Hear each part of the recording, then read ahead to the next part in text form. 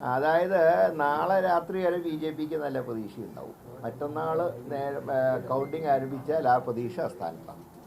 അപ്പോൾ ഒന്നും കിട്ടാത്തവർക്ക് ഒരു 48 മണിക്കൂർ സന്തോഷിക്കാൻ ഈ എക്സിറ്റ് പോൾ ഫലങ്ങൾ സഹായിച്ചിട്ടുണ്ട്.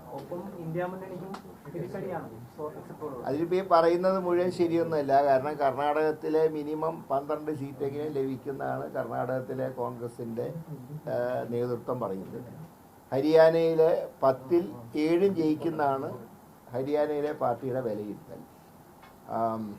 തെലങ്കാനയിൽ 10 മുതൽ 12 സീറ്റ് വരെ കോൺഗ്രസിന് ലഭിക്കും. ബംഗാളിൽ ഇന്ത്യ മുന്നണിക്ക് നല്ല പ്രതീക്ഷയുണ്ട്. കോൺഗ്രസ് CPM അലയൻസ് അവിടെ നല്ല രീതിയിൽ പ്രവർത്തിച്ചിട്ടുണ്ട് തവണ. കഴിഞ്ഞ അസംബ്ലിയിലൊക്കെ ഏതാണ്ട് 10-40 വർഷം 2 പക്ഷത്ത് നിന്ന് പ്രവർത്തിച്ചവർ ഒന്നാകുമ്പോൾ പ്രയാസം ഉണ്ടായിരുന്നെങ്കിൽ ഇത്തവണ അങ്ങനെയല്ല. ഇത്തവണ നല്ല രീതിയിൽ അവിടെ വർക്ക് നടന്നിട്ടുണ്ട്. അതുകൊണ്ട് ബംഗാളിലും ഒരു ആൻറ്റി BJP വോട്ടുകൾ ഇന്ത്യ മുന്നണിക്ക് കിട്ടാനാണ് ബംഗാളിൽ സാധ്യത. അതുകൊണ്ട് ഈ എക്സിറ്റ് പോൾ ഫലങ്ങളൊന്നും ഇപ്പോൾ കേരളത്തിൻ്റെ അവസ്ഥ ഇതാണെങ്കിൽ എക്സിറ്റ് പോളിനെ ഒട്ടും വിശ്വസിക്കാമെന്ന് ഓർത്തില്ല.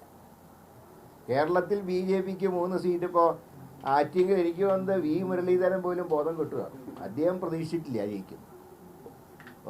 ഈ ഇലക്ഷന് ശേഷം അദ്ദേഹത്തിൻ്റെ ഒരു സ്റ്റേറ്റ്മെൻറ്റിലും ആറ്റിങ്ങൽ ജയിക്കുമെന്ന് പറഞ്ഞിട്ടില്ല. അദ്ദേഹത്തിന് പോലും ബോധം കെടുത്തുന്ന സർവേ റിപ്പോർട്ടാണ്. അപ്പോൾ അതുകൊണ്ട് തന്നെ ഈ എക്സിറ്റ് പോളിൽ ഞങ്ങൾക്ക് വിശ്വാസമില്ല. ഇനി ഏതായാലും ഇനി 48 മണിക്കൂറല്ലേ ഉള്ളൂ പറയാൻ.